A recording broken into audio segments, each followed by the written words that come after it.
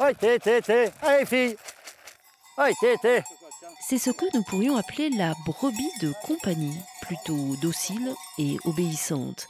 La Tône et Marteau est une race qui a bien failli disparaître au début des années 70. Désormais, elle est ancrée dans l'histoire de Jean-Marc et de la vallée de Tône. C'est la race du pays. En plus, c'est des très bonnes brebis, très sociables, très bonnes laitières, très prolifiques.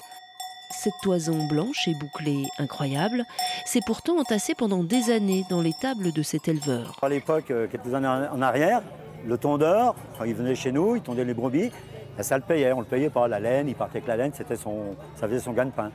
Et au fil des années, la laine partait un peu dans tous les pays, la concurrence et tout, et la laine n'avait plus de valeur.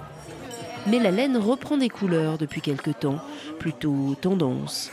Recyclable, biodégradable, isolante, Lucille et quelques bénévoles ont décidé de revaloriser cette matière première. Elles ont créé une association, Défrise ton mouton, c'est son nom, c'est simple. Elles récupèrent la laine et imaginent un circuit plus raisonnable et plus court. Ces brebis, elles vivent autour de chez nous, elles sont tondues autour de chez nous, donc c'est vraiment dommage de ne pas utiliser cette matière première qui est juste à nos pieds. Et puis, comme on le dit, la laine, elle pousse gratuitement sur le dos des brebis. On a juste à la tondre et à la récupérer et à la valoriser. Lavée, cardée et filée en France, la laine est ensuite vendue aux particuliers curieux de développer une autre consommation plus durable et responsable. Les Anglais appellent ça heritage sweater. Donc c'est des pulls qu'on se transmet de génération en génération et qu'on garde à la maison tout le temps en fait.